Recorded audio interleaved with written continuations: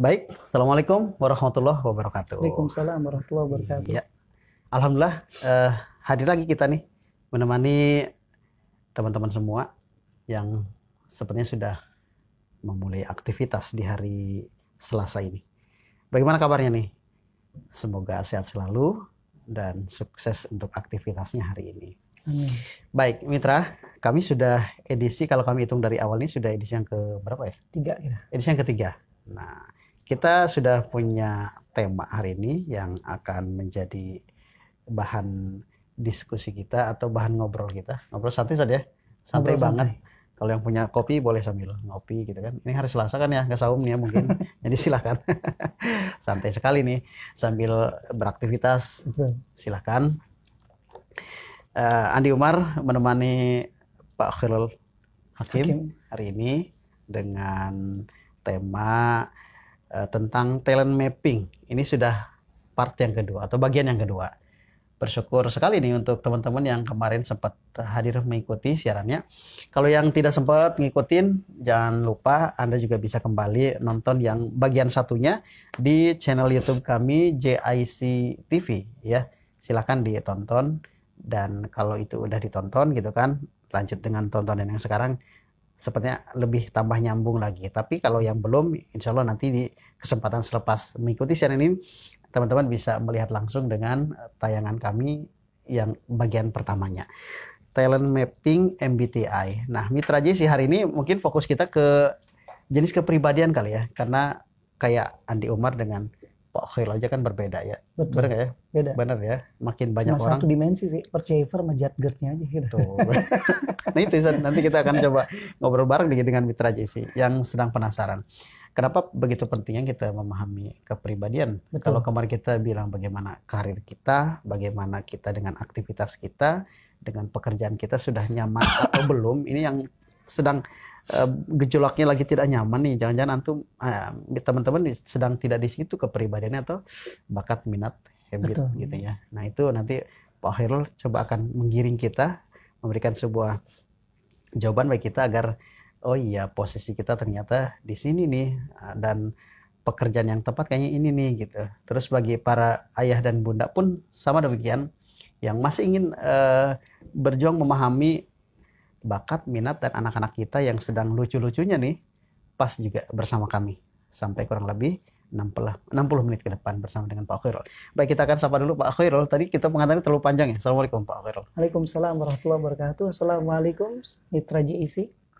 Bismillahirrahmanirrahim. Alhamdulillahirabbil alamin. Wassalatu wassalamu ala Rasulillah sayyidina wa maulana Muhammadin ibni Abdillah. Rabbi shrah li sadri wa yassir li amri wahlul 'uqdatam min lisani yafqahu qawli. Rabbi zidni ilma warzuqni fahma.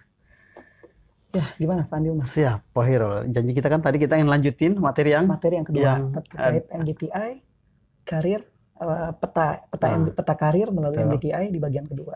Seperti itu. Iya. Baik, kita sapa dulu ya.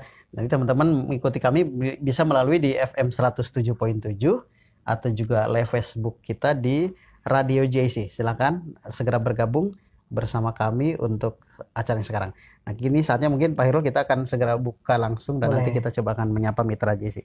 Pak Khairul, materi apa nih yang kira-kira pas untuk bagian yang kedua akan disampaikan? Kita akan membahas secara lebih detail 16 tipe kepribadian yang nanti akan mengarahkan ke karir. Mengarahkan ke karirnya. Kita akan bahas dulu, pertama kita coba ngeresum lah atau nge-review hal-hal yang kemarin kita sudah bahas, sehingga kita punya letak batu yang pertama nih. Kedepannya baru kita bisa melihat secara spesifik 16 tipe kepribadian, karir yang cocok untuk 16 tipe kepribadian itu apa. Gitu. Kita masuk aja langsung ya. Oke. Ya. Bab 1 adalah pendahuluan. Tujuan utama tes psikologi adalah memahami pribadi secara objektif. Disebut objektif karena orang yang memberikan feedback maupun hasil kuesioner tersebut akan mengacu pada suatu standar tertentu atau membandingkannya dengan populasi tertentu. Nah, MBTI berguna untuk mengenali perilaku dalam memperoleh dan memproses informasi, mengambil keputusan, dan cara berhubungan dengan dunia. MBTI mengukur pilihan, bukan kecakapan, bukan kemampuan atau pengembangan diri. Jadi hanya sebatas tes bakatnya, bukan minatnya, bukan kompetensinya. MBTI bersifat deskriptif, dia bisa menggambarkan, bukan bersifat penentu. Nah, MBTI didasari oleh orientasi kekal, bukan penekanan yang bersifat sementara. Orientasi kekal. Jadi itu kepribadian manusia itu memang dari sejak lahir itu sudah teridentifikasi. Karenanya disebut sebagai orientasi kekal. Seandainya saya ekstrovert intuitif filler jadga. Terus Pak Andi Umar ekstrovert intuitif filler perceiver. Itu memang sudah tertata dari awal. Lingkungan akan merubah kita.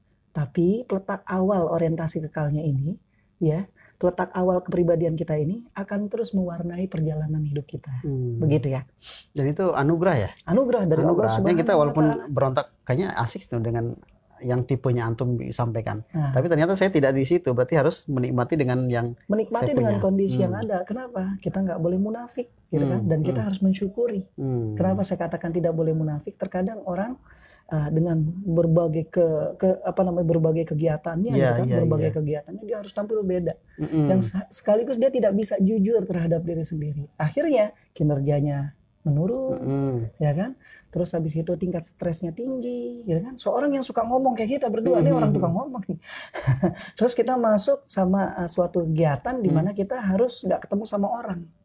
Jadi lewat mesin aja dah, kita ngetik terus gitu kan? Ataupun misalnya kita instalasi listrik, mechanical elektrik gitu kan? Itu kita gimana? Jadi diri kita gimana? Ya gitulah. Ya otomatis apa? Kayaknya ada yang salah sama pekerjaan kita begitu. Produktif pun jauh dari target akhirnya target, kinerja jadi menurun, tingkat stres jadi tinggi. Nah inilah kenapa kita harus mengenal diri kita, sehingga kita bisa mengenal kita punya pekerjaan, dan kita bisa mengenal orang lain, dan kita juga nanti akan bisa mengenal siapa Tuhan kita. Ibadah jadi nyaman, gitu kan, kerjaan jadi enak. Kita masuk ke sejarah MBTI itu mungkin kita lewati ya. Iya. Lanjut tadi. Oke. Sejarah MBTI. Nah, perbedaan tes MBTI dengan tes inventory lain itu kita lewati. Nah, dimensi yang diungkap tes MBTI. Yang pertama, dari mana seseorang memperoleh energi. Ada extrovert, ada introvert. Kita akan bahas dulu, kita review ya. Terkait extrovert sama introvert. Extrovert artinya tipe pribadi yang suka bergaul, menyenangi interaksi sosial dengan orang lain, terus fokus pada world outside, the self. Sebaliknya tipe introvert adalah mereka yang senang menyendiri, reflektif, nggak begitu suka bergaul dengan banyak orang. Nah, orang introvert lebih suka mengerjakan aktivitas yang nggak banyak menuntut interaksi. Semisal membaca, menulis, berpikir secara imajinatif. Itu perbedaan extrovert sama introvert. Jadi kalau kita misal ketemu nih lawan bicara, ternyata kok nggak sama dengan kita, bahkan jauh dari apa yang kita mau gitu. Jadi kalau kita melihat ke sini harus banyak pemakluman pada akhirnya saja. Kayak misal anak menyendiri sukanya mengerjakan segalanya tidak di kebersamaan dengan orang, lawan bicara tidak terlalu ramai. Nah, kira-kira sikap kita penting nih tadi. Nah, gini. Jadi yang namanya extrovert introvert itu nggak ada yang salah, nggak ada yang benar. Dua-duanya sama-sama benar, tergantung letaknya. Andai misalnya saya ketemu sama seorang yang introvert dan kita udah mengenal dia introvert, kita lebih menjaga diri, kita lebih menjaga privasinya dia karena dia suka menyendiri, suka reflektif dan nggak suka bergaul sama orang. Tapi lain daripada itu, extrovert dan introvert, nggak semua manusia itu extrovert 100% maupun introvert 100%. Mungkin ada bahagiannya. Mungkin 70 ekstrovert, 30% introvert, atau 60 ekstrovert, ada introvert juga. Ada juga 50-50. Di ekstrovert 50, introvert 50. Dan jangan dibilang dia punya dua kepribadian, bukan. Enggak gitu ya? Enggak gitu. Tetap satu kepribadian, cuma dia itu punya proporsinya atau kombinasinya. Ekstrovert berapa persen, introvertnya berapa persen. Seperti itu. Nah, waktu lagi kita ketemu sama orang yang introvert, kita jadi lebih mengenal dirinya. Berarti kalau kayak gitu caranya kita nggak boleh masukin, tergantung ya, abis introvert dia apa lagi. Misal dia filler, berarti kita nggak boleh terlalu banyak ngomong yang nyakitin perasaan dia. Gitu. Terus introvert tapi dia thinker, kita obrolin dia terkait studi ilmiah, kita obrolin terkait penelitian sama dia, kita obrolin terkait observasi. Pasti akan lebih hidup. Dia akan hidup nuansanya. Nah, saat kita mengenal diri kita juga mengenal orang lain, akhirnya timbul interaksi yang positif. Sehingga masing-masing kita itu nggak merasa diri kita yang paling benar. Nggak merasa diri kita yang paling hebat. Komunikasi pun mengalir akhirnya ya. Dan komunikasi mengalir, dan akhirnya kita bisa menemukan tujuan dari komunikasi itu. Gitu ya. Kita lanjutin ya. Semakin tertata, jadi tertata dan ada arah. Ya. Okay. Dari mana seorang memperoleh energi? Ada extrovert, ada introvert. Dan bagaimana seorang mendapatkan informasi? Ada sensing, ada intuitif. Saya sebutnya sensorik aja ya. Ada S, ada N, intuitif. Sensing atau sensorik memproses data dengan cara bersandar pada fakta yang konkret, faktual, dan melihat data apa adanya. Jadi pragmatis. Sensing adalah concrete thinkers. Sementara tipe intuitif memproses data dengan melihat pola dan impresi, serta melihat berbagai kemungkinan yang biasa terjadi. Ya, jadi kalau misalnya sensorik itu berada dalam zona kepastian, sedangkan intuitif berada di dalam zona kemungkinan. Sensorik pragmatis dan apa adanya, kalau intuitif implikasi masa depan. Oke? Nah, seorang yang sensorik itu biasanya dia melakukan sesuatu itu draft per draft. Dia nggak meloncat, dia draft per draft. Terus habis itu melakukan sesuatu itu secara apa sih yang terjadi aktual. Jadi kalau ditanya, lu mau duit gitu kan, misalnya, atau lu mau cita-cita, dia akan mengatakan saya mau duit. Cita-cita itu nggak pasti. Tuh. Tapi berbeda sama orang yang intuitif. Dia akan melihat implikasi masa depan. Waktu lagi dia bilang, kamu mau duit atau mau cita-cita? Oh nanti dulu deh. Saya lihat cita-cita saya seperti ini. Duit, nanti dulu nggak apa-apa. Jadi dia bisa untuk lebih kalau dibilang ya, lebih menerima dengan zona yang mungkin. Sedangkan sensorik, dia lebih menerima dengan zona yang pasti. Oke. Nah itu terkait masalah bagaimana seorang mendapatkan informasi. Kemudian bagaimana seorang membuat keputusan. Ada thinker, ada feeler. Kalau thinker, mereka yang selalu menggunakan logika dan kekuatan analisis dalam mengambil keputusan. Sedangkan feeler, mereka melibatkan perasaan, empati, serta nilai yang diyakini ketika hendak mengambil keputusan. Jadi seorang yang thinker itu dia bersifat objektif. Pakai logika, terus nusuk, suka debat. Tapi seorang feeler, dia biasanya subjektif. Main perasaan, nggak suka debat. Yang penting ada harmoni, yang penting ada kasih sayang. Nah itu seorang feeler. Jadi ada perasaan di dalam hatinya tuh ada empati. Ada empati. Jadi dia ada ketakutan, nanti khawatir kalau misalnya satu kalimat yang terucap menyakiti perasaan orang lain. Sedangkan thinker enggak, dia belak-belakan, to the point. Perkara urusan nanti hatinya ada orang yang terluka gitu kan, itu urusan belakang. Yang penting maksud udah tersampaikan. Nah kita bisa menyocokkan kan, tadi ada extrovert, ada introvert, ada sensorik, ada intuitif, ada feeler, ada thinker. Kita posisinya di mana? Nah saat kita udah merumuskan siapakah diri kita dalam posisi yang tepat, ya hidup kita akan lebih enjoy, kita akan lebih menikmati, gitu. Kemudian kita lanjutin lagi. Bagaimana orientasi kehidupan seseorang? Ada judger, ada perceiver. Judger diartikan sebagai tipe yang selalu bertumbuh pada rencana yang sistematis, terjadwal, serta senantiasa berpikir dan bertindak secara sekuensial atau tidak melompat. Sementara perceiver, mereka yang bersikap fleksibel, adaptif, bertindak secara random untuk melihat beragam peluang yang muncul. Situasional. Kalau perceiver itu situasional, sedangkan judger itu dia konvensional. Gitu ya. Gitu. Ada yang situasional, ada yang konvensional, ada yang fleksibel, ada yang kaku, begitu. Nah manusia kan juga seperti itu. Ada tipikal orang yang dia pakai jadwal, ada orang yang nggak nyaman sama jadwal. Nah tipe kita di mana? Nah posisi yang tadi, kalau misalnya kita udah memahami diri kita, kita akan mengikuti karir kita. Ada karir yang sesuai jadwal, ada karir yang tidak mengikuti jadwal. Kita tinggal pilih. Makanya itu saya tadi mengatakan Pak Andi Umar lebih cocok orang yang perceiver. Tadi dibilang, nah kita kerja begini nih enak nih, ya kan? Nggak ada waktu, fleksibel. Apa yang mau dia? Padahal nggak seperti itu. Memang seperti itulah perceiver. Memang seperti itulah pekerjaan perceiver. Nah sebagai seorang judger dia harus sistematis, terencana, terprogram, punya jadwal, dan nggak bisa dia melompat ke kanan. Dia harus terukur, terstruktur. Dan akhirnya mengakibatkan dia pun dia sangat selektif ya. Selektif dan akhirnya dia kaku. Ada kekurangannya, ada. Setiap yang namanya dimensi kepribadian pasti ada kekurangan. Judger, perceiver, kelebihan judger apa? Dia biasanya sama jadwal on time. Terus habis itu dia kalau misalnya ngobrol tuh runut. Jadi gampang kita dengarnya, mencernanya. Jeleknya apa? Kaku. Dia nggak bisa kalau dibilang nggak bisa adaptif lah, Kita misalnya mau kayak gini, oh nggak bisa. Apalagi ini bagi yang persaver ya, pasti akan tidak nyaman kalau tidak memahami yang Jasker. Misalnya seorang keuangan kan, seorang judger banget kan, orang keuangan. Dia bikin keuangan dari penerimaan, biaya-biaya, ada HPP gitu ya, ada biaya-biaya. Terus saat kita ngobrol, ini biaya keluar buat ini ya. Nanti kalau orang keuangan yang ngobrol, nggak bisa. Itu harusnya begini. Tapi orang persaver bilang, nggak bisa begitu juga. Harusnya tuh biaya bisa dikeluarkan yang paling utama yang ini dulu, nggak bisa yang ini. Kita ngompat begini. Gitu. Kalau misalnya kita nggak ada sedikit pun perasaan empati dan perasaan untuk menerima lawan bicara kita, yang terjadi apa? Keributan. Nah, disinilah pentingnya kita mengenal diri kita mengenal juga orang lain. Sehingga masing-masing bisa saling terima, bisa toleransi. Inilah maksud MBTI, paling utamanya seperti itu.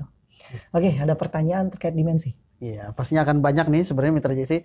Ya paling tidak semakin tergambar ya. Betul. Semakin tergambar di mana nih posisi kita gitu kan. Dan saat kalau kita tadi dibawa ke kedua hal, pertama dengan pertemanan dan dunia pekerjaan. Betul. Dengan beberapa hal saja yang sudah disampaikan tadi arah kita sudah mulai jelaskan. Betul. Pertama, ketika pertemanan siapa kita, dan bagaimana pula dengan lawan bicara kita. Pemakluman apa yang harus terus tahu dan berikan kepada lawan bicara, dan juga sebaliknya gitu kan.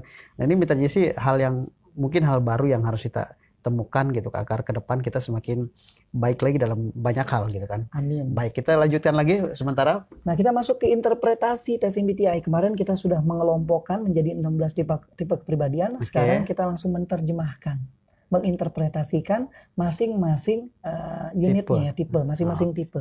Dari 16 tersebut. Dari 16 tipe kepribadian tersebut. Baik. Ini ada ISTJ, introvert, sensory, thinker, judger. Kita sebut sebagai seorang yang bertanggung jawab. Ada IJ sama ST. Kemarin kan kita udah bilang ya, kalau ST itu tipikal, dia teknokrat. ST itu teknokrat. IJ tipikal keuangan. Jadi teknokrat keuangan bertanggung jawab. Karena kita bisa lihat di sini siapa? Ada akuntan, ada jenis dokter, pekerjaan jenis pekerjaan ya. Profesi di sini dari posisinya. Posisinya. Kita terangkan dulu satu-satu. ISTJ orangnya gimana? Dia serius, dia tenang, stabil, sama damai. Terus senang pada fakta, logis, objektif, praktis, dan realistis. Terus dia orientasi tugas, tekun, teratur, menepati janji, dapat diandalkan, dan bertanggung jawab. Pendengar yang baik, setia, hanya mau berbagi dengan orang dekat, karena introvert. Gitu kan? Memegang aturan, standar, dan prosedur dengan teguh, karena jadger. Itu kan bisa kita tebak. Serius, tenang, stabil, dan damai. Itu sensorik. Senang pada fakta, logis, objektif, praktis, dan realistis. Itu thinker. Berorientasi tugas atau task oriented, tekun, teratur, menepati janji, dapat diandalkan, dan bertanggung jawab. Itu kombinasi antara jadger sama thinker. Pendengar yang baik, setia, hanya mau berbagi dengan orang dekat, itu introvert. Memegang aturan, standar, dan prosedur dengan teguh, itu jadger. Kan gitu? Saran pengembangannya, belajarlah memahami perasaan dan kebutuhan orang lain. Karena seorang yang thinker harus filler. Begitu. Terus yang kedua, kurangi keinginan untuk mengontrol orang lain atau memerintah mereka untuk menegakkan aturan. Seorang yang jadger harus perceiver. Gitu. Seorang yang kaku, dia harus lebih fleksibel. Gitu. Lihatlah lebih banyak sisi positif pada orang lain atau hal lainnya. Seorang yang thinker harus bersifat empati. Gitu. Jadi diterjemahkannya gitu. Terbukalah terhadap perubahan. Seorang yang jadger harus perceiver. Dia harus terbuka. Nah, itulah saran pengembangannya dia. Nah, saran profesinya, karena itu ISTJ itu udah terpatri di dalam dirinya, dia harus masuk dalam bidang manajemen. Paling cakep, manajemen produksi operasional sama manajer keuangan. Terus habis itu ada polisi. Polisinya fokusnya di mana? Dia bukan polisi yang ada di depan, tapi polisi yang back office. Terus habis itu intelijen, karena dia spesifik, ada sensoriknya, ada jadgernya. Terus pengacara. Terus dokter, akuntan. Kenapa seorang dokter sama akuntan tuh cakep banget seorang ISTJ? Karena dia introvert, dia sensorik, jadi dia itu dia suka sama alat, ya kan? Dokter kan sukanya sama alat, kecuali dokter yang dia berinteraksi seperti psikolog, kan berinteraksi. Ini sukanya sama alat.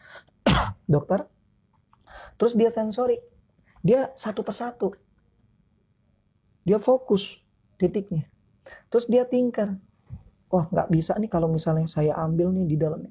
Nanti akhirnya dia, aduh sakit lagi kali ya. Kalau disuntik dia sakit nih.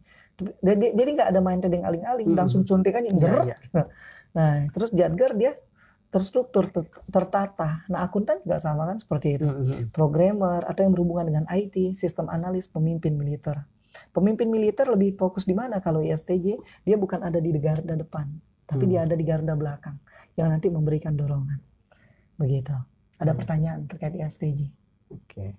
Ini paling yang bukan pertanyaan sih, lebih kepada saran pengembangan ya. Iya, saran pengembangan kita memang harus lebih fokus lagi ya, agar lebih maksimal kembali gitu untuk posisi kita. Oke. Kita akan terangkan lagi sebagai seorang yang ISTJ. Itu bagaimana cara mendewasakan seorang yang ISTJ. Nah, ISTJ, itu kan masuk ke saran pengembangan. ISTJ kan tipikal, gitu kan, tipikal yang introvert, sensorik, thinker, judger sejak lahir. Nah, waktu lagi dia ISTJ, kalau mau mengembangkan dirinya, kalau misalnya dia tertutup terus gimana? Introvert kan tertutup terus, nggak bisa begitu kan?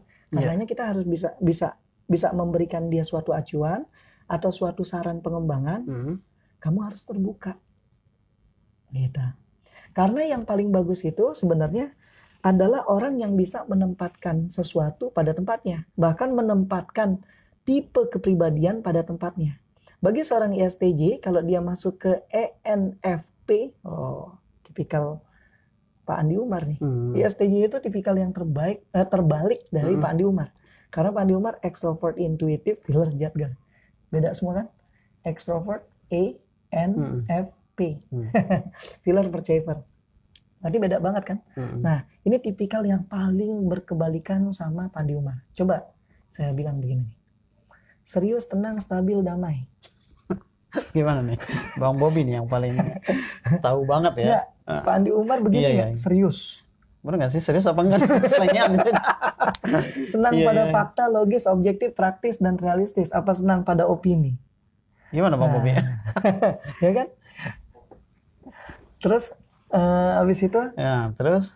Berorientasi tugas, tekun, teratur, nepati janji, dapat diandalkan, bertanggung jawab. Jadi tekun, teratur, terjadwal kan enggak kan? Pendengar yang baik, senangnya ngobrol. Senang perlu juga. Memegang aturan, standar, dan prosedur dengan teguh, justru malahnya senangnya melompat. Tapi nggak semuanya begitu, nggak semuanya NF ya, persentasenya nggak 100%. Pak, saya serius. Iya, saya misalnya nggak serius, tapi saya tenang kok. Kalau di sini masih ada gitu kan? Masih ada kan, ada beberapa poinnya. Nah, kalau saran pengembangan itu, jadi kita menjadikan diri kita itu 50% gitu. Misalnya tadi 70%, jangan 70 deh. Posisi ini di tengah. Gitu. Jangan ekstrovert banget deh. Kalau bisa sih ada introvertnya. Jadi ada di tengah. Dan itu bisa diusahakan ya untuk naik dari 30 menjadi 50. Betul. Tapi bukan berarti kita merubah kepribadian sebenarnya. Dan tidak akan tidak akan kerubah dengan cara itu ya. Dengan cara itu. Tapi kita bersifat bisa lebih terbuka. Kita bisa bersikap bisa lebih menengahi atau menjembatani antara ekstrovert sama introvert. Ada waktunya misalnya saya sebagai seorang ekstrovert, kita berdua sebagai seorang ekstrovert, ada guru di depan, lagi SMA. Masa kita ngomong-ngomong juga, guru lagi ngobrol nih di depan, lagi memberikan ilmu. Terus kita ngomong juga berdua, tahu nggak sih kemarin gosip gitu. Iya. Tahu nggak sih, dimarahin kan? Jadi kita menempatkan posisi kita sebagai seorang yang ekstrovert, gitu kan? Belajarlah untuk diam. Belajarlah untuk mendengarkan, belajarlah untuk menerima, menjadi orang nomor 2. Jadi dia bicara, kita dengerin, gitu. Nah, terus sebagai seorang yang intuitif, belajarlah untuk di sini, belajarlah untuk memegang fakta, belajarlah untuk logis, belajarlah untuk objektif, jangan main perasaan mulu, sekali-kali tegas. Kan gitu kan? Nah itu. Jadi sebagai seorang yang ENFP maupun ENFJ, bagaimana cara kita itu dewasa? Kita jadikan kombinasi itu 50-50.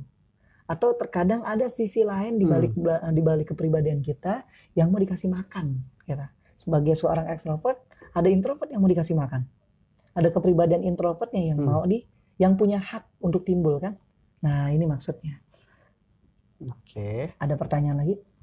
Emang sebenarnya sih interpretasi satu ini aja tuh satu pertemuan sebenarnya, ya kan? Iya ya. Misalnya saya seorang yang ISTJ, ya saya harus paham semuanya. Dari segi diri saya seperti apa, saran pengembangannya bagaimana, saran profesinya bagaimana. Memang harusnya kita ada partnya sampai 16 ya. Iya ya, betul ya, Jadi untuk ngebahas lebih satu maksimal persatu, ya. lebih Tapi nggak apa-apa, maksimal. kita nggak usah terlalu target harus selesai 16 dalam 1 atau 2 pertemuan. Episode. Mungkin kita bisa terus perdalam dan juga mengajak Mitra JC sebagai sebuah ilustrasi. Betul. Yang ditangkap oleh saya tadi, kita tidak terlalu harus dengan menikmati atau zona aman dengan tipe kepribadian kita. Iya. Misal tadi ISTJ, tapi bagaimana kita untuk meningkatkan 50% dari lawan dari ISTJ. Iya. Tadi Kita gitu kita kan. menjadikan tadi kan introvert, kita menjadikan diri kita juga sebagai seorang yang ekstrovert. Seorang introvert terus dia misalnya suka menyendiri, terus reflektif, dia hidupnya nggak suka sama kerumunan, jadi antisosial kan. Jadi Itu harus kurang membuka bagus. diri ya. Dia membuka diri, belajar untuk terbuka. Berarti betul. Kadang langkah orang tua sudah benar tuh. Kadang ngelihat anaknya sendiri, misal kayak saya kan kita udah Betul. punya anak, jadi sekian anak 4 itu kan beda-beda tuh kepribadiannya ya. Betul. Ada yang memang sukanya kok ini anak mah suka di rumah nih.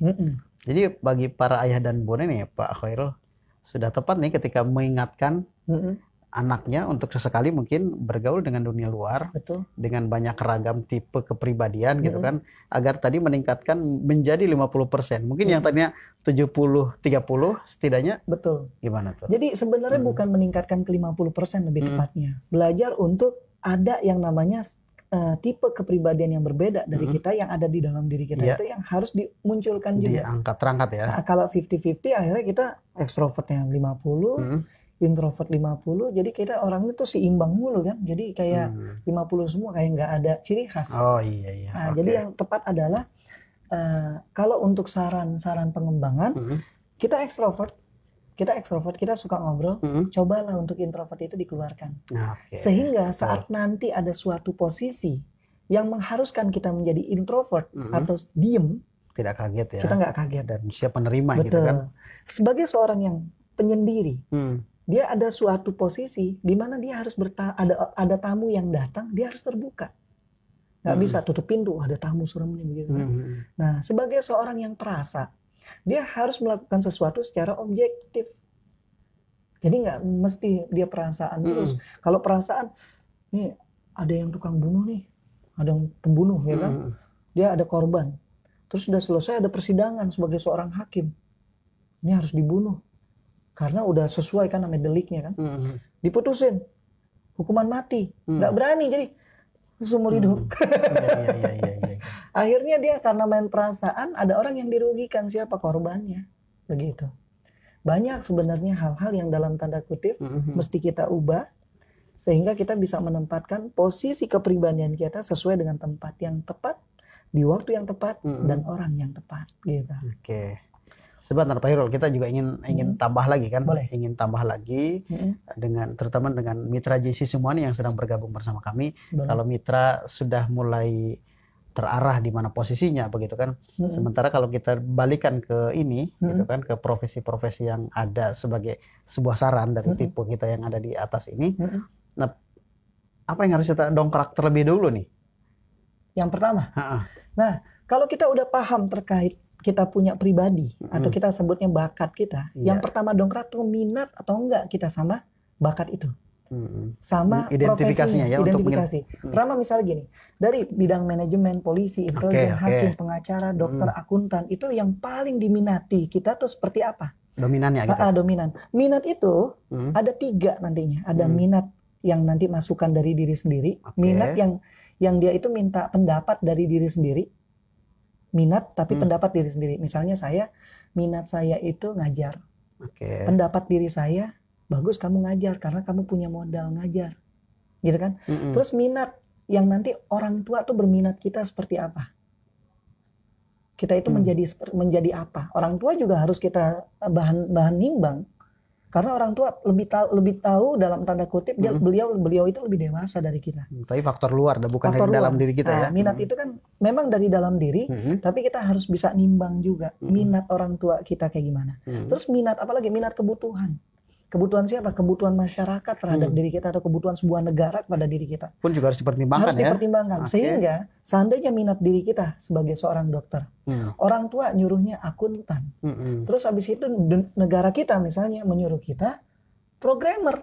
Karena sekarang dokter, misalnya gitu ya, dokter udah banyak, akuntan udah banyak, programmer. Kita nimbang. dokter, akuntan, programmer. Dengan tipe kepribadian kita, gitu kan, kita bisa melihat bahwa kita itu seorang dokter, akuntan, atau programmer. Minat yang paling utama adalah minat diri tetap. Karena dia udah merefleksikan dirinya sendiri dalam suatu acuan tersendiri kan. Iya. Nah itu. Dia masukin orang tua, dia misalnya pengen jadi akuntan. Orang tua bilang, udah kamu dokter aja. Iya. Dalam hati, enggak Pak, saya senang sama hitung-hitungan. Dan saya demen sama ketelitian. Oh iya, udah siap. Nanti udah selesai bisa juga digabung. Akuntan di rumah sakit. Ya kan? Oke. Terus habis itu, kata pemerintah ada programmer nih. Menjadi seorang yang bisa menciptakan suatu alat akuntansi di rumah sakit, gabung aja. Gitu. Nah itu kalau kita mau bikin semua orang seneng. Nah, jadi yang harus dilakuin tadi, pertama, andai kata bakat kita udah terprogram, sudah terbaca, yang kita lihat berikutnya adalah minat kita tuh, maunya seperti apa. Minat itu yang tadi saya katakan, ada minat dari internal dalam diri maupun minat dari eksternal. Eksternal saya bagi jadi dua aja, biar lebih mudah. Minat eksternal dari kedua orang tua kita, karena mereka yang lebih paham sama diri kita. Orang super dekat lah ya. Betul. Terus yang kedua, minat dari segi nanti kedepannya itu bagus nggak kegiatan yang kita mau jalankan. Sekarang itu ada beberapa kegiatan di luar sana tuh yang penuh, misalnya seperti kayak pengrajin kan penuh, yang kurang pemasaran. Gitu. Nah itu bisa sebagai salah satu acuan kita untuk meniti karir. Sehingga dapat membantu dari sekian jumlah ini, kita nggak usah terlalu galau dan membingungkan gitu kan. Kita bisa spesifikasi dengan faktor-faktor tadi yang sudah lebih enak kita coba lihat interpretasi sesuai dengan kepribadiannya Bapak Andi Umar. Extrovert, intuitive, feeler, perceiver. Coba di post nomor berapa? Ini kan 16 ya. Nah, sambil meraba-raba juga minta sih barangkali ada yang pas nih. Jadi kalau kayak gini nih, enak nih. Soalnya kenapa? Kita langsung sama orang yang memang tipikalnya. Extrovert, intuitive, feeler, perceiver, sang optimis. Kalau sebentar, kalau Pak Khairul nggak di sini? Saya ada, bukan di sini saya tinggal dirubah P jadi J. Oh gitu. Tapi ada beberapa ya? Ada beberapa, banyak. Baik. Ya kan? Extrovert, intuitive, feeler, perceiver. Ada EP, extrovert, perceiver, ada NF. NF itu intuitive, feeler. Jadi seorang filsuf yang EP, yang jago pasar, yang jago memasarkan, yang suka ngobrol. Ada EF, sang sanguinis gitu. Cara bacanya seperti itu kalau kita mau gabungin tipikal MBTI sama tipikal kepribadian lainnya. Nah, satu, dia seorang yang ramah. Pak Andi Umar ramah kan? Hangat, energik, optimis, antusias, semangat tinggi, fun. Iya gak? Semoga ya. Bukan semoga, iya. Oke, imajinatif, penuh ide. Ramah, hangat, energik, optimis, antusias, semangat tinggi, fun itu extrovert. Oke kan? Imajinatif, penuh ide, kreatif, inovatif. Imajinatif ya. Itu intuitif, penuh ide, intuitif, kreatif, intuitif. Inovatif, dia bisa gabungan dari intuitif sama perceiver. Oke. Mampu beradaptasi dengan beragam situasi dan perubahan. Mampu ya. Jadi kita bisa langsung ngaca kan di sana. Karena sebagai seorang extrovert yang feeler, dia akan mampu beradaptasi dengan beragam situasi. Pandai berkomunikasi, ya iya extrovert, rajanya tuh extrovert tuh kalau komunikasi, kita kalau ngomong itu nggak ada rem, tapi kalau introvert dia mikir dulu baru ngomong. Jadi waktu lagi ngomong dia pelan-pelan, takut nanti. Dan nggak mudah ya, Betul. Nah pandai berkomunikasi, senang bersosialisasi dan membawa suasana positif, oke kan? Nah itu extrovert. Senang bersosialisasi ekstrovert dan membawa suasana positif. Ekstrovert yang feeler. Mudah membaca perasaan dan kebutuhan orang lain. Ekstrovert feeler. Oke? Mirip nggak? Coba deh. Kayaknya serasa kayak 90% bener kan? Saran pengembangan. Nah ini. Belajar. Bang Mobi nih. Coba Bang. Bisa bantu saya Bang. Coba. Pak kan? Makanya membantu Bang. Belajarlah untuk fokus. Fokus ya. Kemarin kan katanya mau jadi dosen nih. Terus lagi ditawarin lagi kegiatan yang lain. Aduh saya ini teh. Nah belajar untuk fokus. Betul. Terus disiplin. Terus tegas. Jangan main perasaan mulu. Coba. Jadi kayak diomelin sama guru BK ya. Betul. Terus konsisten, satu persatu aja dulu, tapi fokus. Yang kedua, belajar untuk menghadapi konflik dan kritik. Jadi ada orang kritik langsung sakit, bebekas. Harusnya jangan selalu belajar, jangan selalu menghindar ya. Ayo ada di depan, karena depan gitu. Nah, pikirkanlah kebutuhan diri sendiri. Karena ekstrovert, pengen ngelihat ngebantu orang terus kan. Iya, saya mikirin nasi Bobby gitu kan, mikirin kebutuhannya Mas Bobby. Jangan melupakannya karena terlalu peduli pada kebutuhan orang lain. Belajarlah untuk lebih sayang sama diri sendiri. Betul. Kasih waktu deh buat diri sendiri lebih lebih nyaman. Jangan terlalu boros. Karena perceiver tuh keuangan langsung aja. Ada duit 100.000 habis tuh hari. Ada duit 200.000 habis tuh hari. Kenapa? Besoknya gimana gitu? Urusan belakang kan, jangan terlalu boros. Belajar untuk mengelola keuangan sedikit demi sedikit. Ya, kalau di sini memang 98%. Kayaknya 98 apa 100%? Saving, yang 2% saving aja gitu kan. Nah, saran profesi konselor. Oh gitu. Jadi konsultan. Jadi ada orang yang lagi galau, ketemu konselornya bidang apa? Nah, bidang yang diminati. Misalnya lagi ya, jangan ambil yang terlalu umum ya. Terlalu umum. General itu kita ngedapetin, kalau misalnya kita general itu rata-rata. Tapi kalau spesifik atau spesialis, nendang ya. Nendang. Konselor. Jadi konsultan lah, model kayak gitu ya. Psikolog. Karena suka sama orang jadi psikolog. Terus entertainer. Ini sekarang bidang apa nih? Suka ngajar ya? Motivator, presenter, reporter, MC, seniman, hospitality. Gitu. Dari semuanya ini bisa saya katakan 4 profesi udah diambil sama Mas Andi. Ya? Kebanyakan nggak sih? Entertainer, pengajar, motivator, presenter, reporter, iya. 5 ya. MC kadang-kadang kan kalau misalnya yang sunatan. Kalau dipakai gitu kan. Aduh, ini asik nih yang serupa dengan saya gitu kan. Di apa nih? Saya ingat ini di poin yang 11 sih. Nanti kita bahas lagi ya sebenarnya lebih dalam lagi. Tapi beruntung nih yang serupa dengan saya gitu kan. Karena kita sudah terbahas nih. Agak perlu waktu nih buat teman-teman yang belum kebaca oleh Pak Khairul, tapi jangan khawatir. Karena kita yakin dari 16 itu pasti ada kita ya. Betul. Dari salah satu di antaranya. Salah satu di antara Nggak mungkin nggak ada kan ya? Nggak mungkin nggak ada. Kalau nggak ada jin. Iya, dan nggak mungkin tidak terpetakan. Dan dia nggak ngisi. Oh iya, iya penting nih Pak Khairul untuk mengetahui. Ini balik lagi kita ya. Mungkin ada beberapa teman yang sudah mengikuti kita, tapi tidak semua mungkin hari ini ikut bareng kita. Tapi nah untuk mengetahui posisi ini, alat ukurnya dibalik lagi ke awal nih. Alat ukur untuk memahami. Kan dulu ada istilah kuesioner untuk mendapatkan itu. Boleh. Nah, gimana caranya nih? Kalau yang alat ukur itu, kalau kuesioner itu jadi dia subjektif buat orang yang mengukur karena dia ngisi sendiri. Ya kan? Terus kalau misal kita ngobrol seperti ini dan kita memetakan extrovert, intuitive, filler sama perceiver sama ahlinya, itu sudah objektif, sudah mulai terbaca antara diri sendiri sama sang ahli. Jadi alat ukurnya seperti itu. Alat ukur biasanya kalau MBTI itu pakai kuesioner. Yang kenapa? Karena kalau kuesioner itu lebih ringkas, lebih mudah digunakan. Beda kalau misalnya kita mendatangkan ahli kan, dia duduk bareng, ngobrol bareng, terus ada gerakan-gerakan yang mencurigakan. Gitu. Kita bisa nebak dia extrovert, dia bisa nebak dia filler, intuitif, sama perceiver, ada.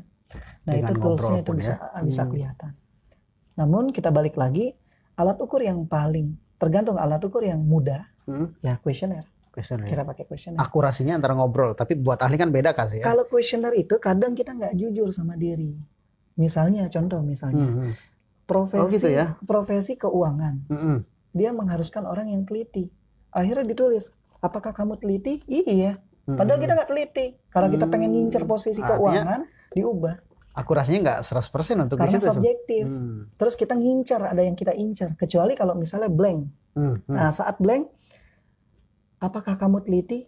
Ada tulis sangat teliti, sangat teliti, cukup teliti, kurang teliti, tidak teliti. Nah kita kan bisa nerjemahin di sana. Andai kata nggak ada yang kita incar, cobalah tulisannya cuma satu di atas. Jawablah pertanyaan sesuai dengan kepribadian kamu. Ya tinggal kita isi. Tidak teliti bisa, cukup teliti bisa, ya kan? Terus sangat teliti bisa. dan kita udah introspeksi diri. Tapi kalau misalnya ada yang kita incer, gaji tinggi nih, keuangan diubah-ubah bisa. Nah, disitulah butuh para ahli. Seandainya kita dihadapkan sama seperti itu, gunanya interview di sana. Mempertegas apakah CV-nya benar, terus kuesioner yang diberikan benar, cocok dengan hasil interviewer saat wawancara kita gitu. Wawancara. Biasanya HRD kalau di perusahaan. Iya, dan memang HRD harus ahli ya. Ahli dalam bidang itu, dia harus punya tools dan dia udah punya gambaran secara detail. Iya, tidak harus murni menerjemahkan dari hasil kuesioner. Betul. Gitu. Karena khawatir masih ada yang subjektif tadi ya. Subjektif. Nah, kalau misalnya pengen objektif, ya pakai beberapa perangkat. Jadi dia bisa nulis, terus dia bisa bicara, gitu kan? Dia bisa ngobrol. Dan dia juga bisa menemukan satu permasalahan. Misalnya kan kalau saya jadi sebagai seorang HRD, studi kasus, terus bagaimana cara dia itu memberikan jawaban terhadap permasalahan itu. Ya. Bisa dia orang yang filler, bisa juga dia orang yang tingkat. Nah, disitulah baru kita bisa nulis secara objektif. Indah ya? Keren ya? Indah ya? Keren ya, luar biasa nih. Ini kalau kita bisa begini, yang pertama kita lakukan adalah kita cocokin pasangan kita kayak gimana. Jadi pertemuan berikutnya kita ganti kita ya. Iya ya, sedikit agak hiburan ya. Iya, balik. Jadi sebenarnya apa yang kita ingin sampaikan, memahami ini tidak hanya antar kita dengan dunia kerja, betul, dan dunia pertemanan, tapi untuk teman hidup juga teman penting. Hidup bisa, anak juga bisa. Anak juga bisa. Artinya bagi kita yang belum menemukan dan sedang mencari, gimana pentingnya? Apa kita memahami dia? Setelah paham kita lanjutkan, tapi ternyata kalau kita udah menjalin hubungan dengan lawan kita, jadi kalau misalnya kita timbulin cinta dulu, beda topik. Tapi kayaknya masih pas ya, karena kepribadian kan. Kalau kita timbulin cinta dulu, kayak tadi tuh, nggak objektif kan, akhirnya kita kesel kan, pengen masukin keuangan, akhirnya dia teliti gini, dipaksain kepribadiannya. Akhirnya nanti ujungnya kita bergabung sama dia, kita berdua sama dia. Membina koalisi lah ya, berkoalisi lah. Akhirnya jadi oposisi. Jadi oposisi. Nah, lebih bagus gimana kita pahami dulu tipe kepribadian kita, cocok nggak sama karirnya, cocok nggak sama pasangannya. Lebih bagus seperti itu, sehingga kita menjalani hidup itu nggak kayak bermuka dua, nggak bertopeng-topeng. Nanti waktu lagi karir nggak sama. Kan nyocokin antara kita punya kepribadian, menginterpretasikan kepribadian kita sama karir kita. Kita ketemu sama karir kita, plak. Akhirnya yang terjadi apa? Mentok. Kita nggak jadi seseorang yang dalam tanda kutip memahami gitu. Iya, tapi asik ya kalau kita sesekali nanti ngomongin tentang pasangan gitu kan ya. Sekali lagi tidak hanya untuk yang sedang mencari, penting juga yang sedang menjalani. Karena bisa jadi kan kita tadi seandainya udah masuk, udah begitu gimana? Nah, itu nanti kita bisa masuk saran pengembangan. Saran pengembangan dalam keluarga ya. Iya, ya. Jadi aman sebenarnya semuanya. Cuma paling enak apa? Saat kita ketemu sama karir kita atau sama pasangan kita, kita pertama introspeksi dulu diri kita. Agar kita nggak berat waktu lagi menjalani karir atau menjalani hubungan. Jadi balik ke dalam diri kita dulu ya. Ke dalam diri kita dulu, baru lihat di lingkungan untuk pekerjaan dan juga untuk siapa yang jadi membina lawan rumah tangga atau kita, dan sebagainya, itu sampai ke ujung. Nanti ada anak, cocoknya di mana? Nanti kita bisa ngelihat ciri anak kita seperti apa dan saran pengembangan anak kita bagaimana. Nah, terus akhirnya kita bikin saran profesi.